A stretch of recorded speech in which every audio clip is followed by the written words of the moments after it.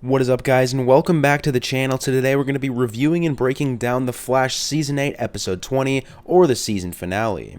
So guys, the episode starts right where we left off, with Barry looking at Thawne, who is basically responsible for the deaths of Iris and OG Thawne. Barry keeps claiming that Thawne died, and Thawne explains that the negative forces saved him, blah blah blah. So next, Thawne says to Barry that Iris and his mother were good for something because they led to the rebirth of Thawne in the present, which absolutely pissed Barry off as he shocks Thawne with his lightning, but then out of nowhere, Bart and Nora show up and convince him not to kill Thawne because of them, I guess, just not being erased from the timeline just yet. They say, Iris could still be alive. So yeah, Barry lets Thawne go, as Thawne, of course, calls Barry a coward for not finishing the job.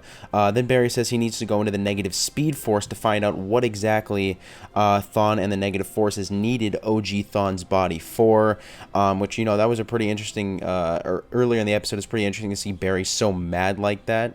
We then see Iris in the, I don't know if you want to call it the afterlife. We eventually find out that she's in the time stone, and this is where we saw Damien Darhk last time in Armageddon. And speaking of him, guess who shows up?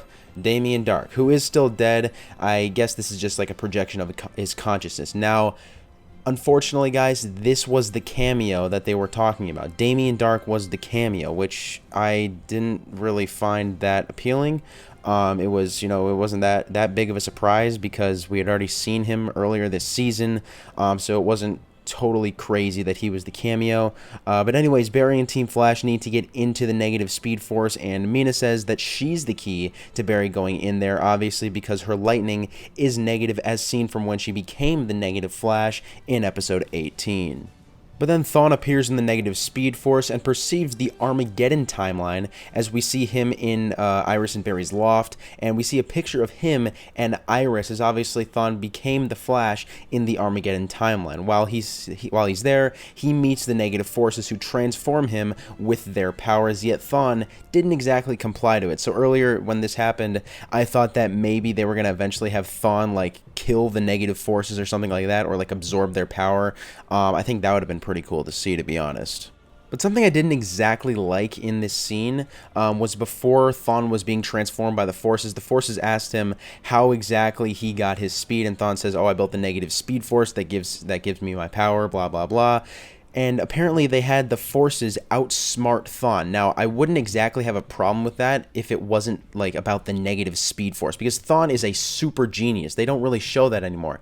They really need to show that. They definitely show that with Matt Letcher's version of Thawne. They really don't show that at all with Tom Cavanaugh's version of Thawne, which I really don't like. Now, Tom Cavanaugh's version of Thawne is a great villain. He just isn't like, he's just not the same as he was in season 1.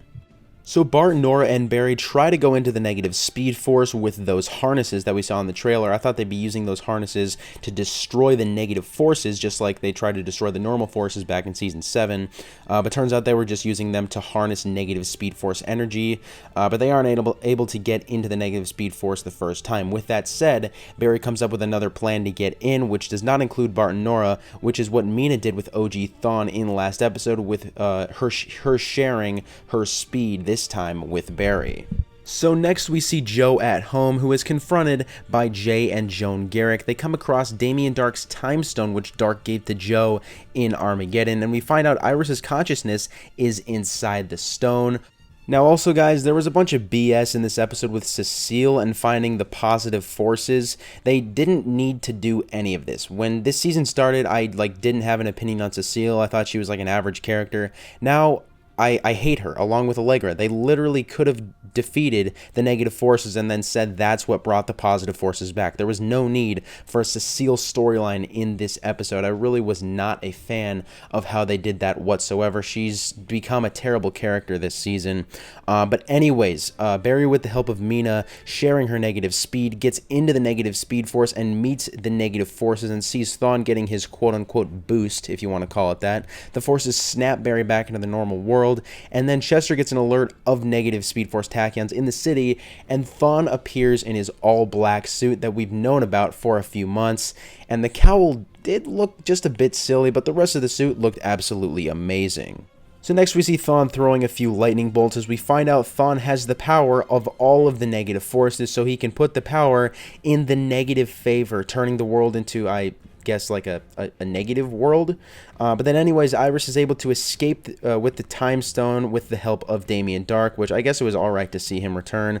As we next see Bart, Nora, Meena, and Barry take on Thawne, who now has the power of all of the forces, as Thawne sends Nora, Bart, and Meena back in time 1 billion years, leaving Barry as the one person to take on Thawne. So yeah, Barry is about to throw a lightning bolt at Thawne, but right before that, he stops Barry in his tracks using the power he has of the still force. But when Thawne tries to throw a lightning bolt at Barry this time, the positive forces show up and Barry absorbs them. So now Thawne has the power of all the negative forces and Barry has the power of all the positive forces. So now it's like pretty much the battle of two super speedsters. So Barry and Thawne start a huge like forces battle, and I have to say, for the few seconds we saw it, it was great to see Barry in a speedster battle once again. There was like a few seconds of Barry and Thawne like fighting like as they're running down the street. I think that was, you know, the little callback to the earlier seasons. Meanwhile, Iris returns, and this is where Jay Garrick joins the fight to bring Iris to Barry. At least I thought he was going to join the fight, but then Barry just sits down in the middle of the street, which I really was a bit confused at the moment. So yeah, Jay Garrick and Iris leave, and Barry, as I just said, sits down in the middle of the street, and he just thinks about that one time when he was in the still force, when he was seeing the past and the future. But while that was happening, Thawne channels so much negative energy and unleashes it upon the city, which was absolutely insane. But then weirdly enough, time like reverses, and Thawne, it appears, has been erased from existence again.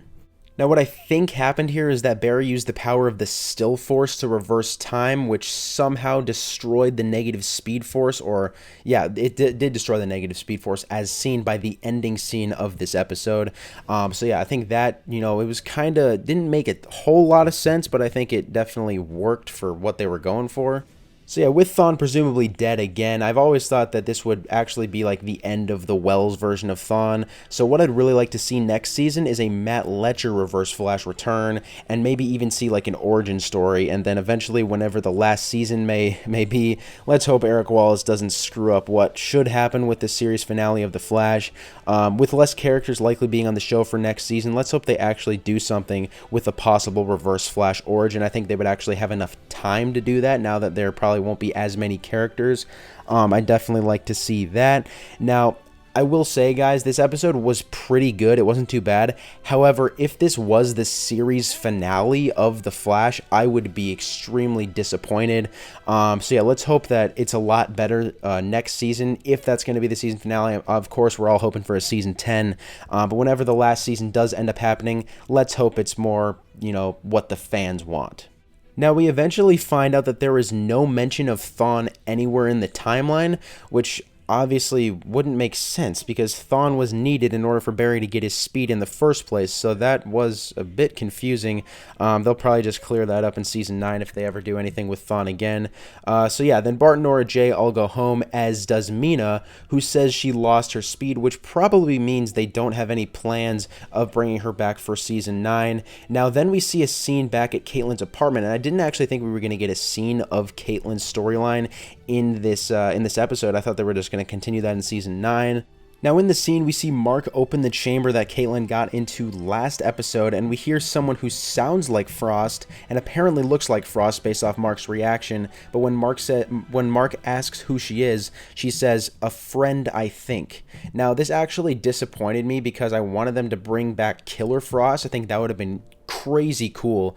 What I think should be, what I wanted initially was Killer Frost to come back, and she would be like a secondary main villain of Season 9, just like she was a secondary main villain in Season 3. I think that would have been really cool. But if they're actually doing all this to just bring Frost back, I think that's a terrible storyline. That is awful, because Frost I never liked. I never liked Frost. Killer Frost was a great character. Didn't like Frost at all. So I think, you know, I guess she's a little bit better of a character now that she's presumably combined with Caitlin again, but it's going to be a little interesting to see what exactly the specifics are of this situation. But anyways, at the end, we see Barry and Iris talking about someone else needing to be the avatar of the negative speed force in order to, I guess, keep the universal balance. So with that said, we see as they're talking a shot of 2049 where we see a lab with tons of different equipment, and then we see a shot of some sort of rock that lights up blue, teasing the villain, or presumably teasing the villain, for Season 9. Now, with this scene, the first villain who came to mind that this could possibly be was Cobalt Blue. Guys, I think he may be coming. Now, a Red Death would have still been cool to see, but from this, it's looking like we could be getting Cobalt Blue instead. Now, also, keep in mind, guys, this is 2049, so who knows? Maybe this is Godspeed related. I highly doubt that, but it could be Godspeed related. We're also supposed to get something of Bloodwork in Season 9, so I highly doubt this would be related to that, but I think, you know, maybe that could connect somehow. But yeah. If this is going to be Cobalt Blue, they're going to have to obviously change a few things here, because in the comics, Cobalt Blue is named Malcolm Thawne, and he is the twin brother of Barry Allen, but also related to the Thawnes, which relates Barry to Eobard Thawne, which obviously creates some tension in the comics. So it's going to be really interesting to see exactly what they're going to do with this, obviously assuming it's Cobalt Blue. It's obviously not confirmed that it's Cobalt Blue, but if it is Cobalt Blue, I think that would just be absolutely awesome. Now, in the comics, Cobalt Blue is like the twin brother of Barry Allen. I don't know how they could possibly say that that Barry Allen has a long-lost twin brother. I mean, I guess it's possible they could find a way to say that. But for now, what I'm thinking is that if this is actually Cobalt Blue, they're going to probably end up saying that, you know, it's just some other guy. They could, you know, say it's a different comic book character that was a different type of villain but is now Cobalt Blue. I think something like that's definitely possible, because it's looking, I don't know how exactly they could say that this is going to be Malcolm Thawne, obviously, because Eddie Thawne's erased from existence. There probably aren't any Thawnes in the future, unless they can somehow say that Eobard Thawne still exists, which then they could, I guess, somehow say that a Malcolm Thawne exists. I don't know. Something like that could be pretty interesting, but yeah, it's looking like Cobalt Blue might be the Season 9 main villain, which honestly, I think would be great. But of course, if that's not Cobalt Blue and you guys have some other theories, make sure that you guys comment them down below. I'm really intrigued to see what you guys had to say. And yeah, that's it for The Flash Season 8. Comment what you guys would rate this season. I would personally probably give it around a 7.5 out of 10. Definitely a big step up from Season 7, which I think I gave like a 4 out of 10 or something like that. But yeah, you guys should be looking forward to some rankings with now The Flash Season 8. Now that The Flash Season 8 and Superman and Lois Season 2 have both concluded, I'm going to be ranking all the seasons. I'm going to be ranking the different graphic novels of The Flash. I'm going to be ranking all the main villains, just everything like that. Make sure you guys watch out for those videos coming soon. But yeah, I'd say that's about it. Thanks for watching, guys, and I'll see you in the next video.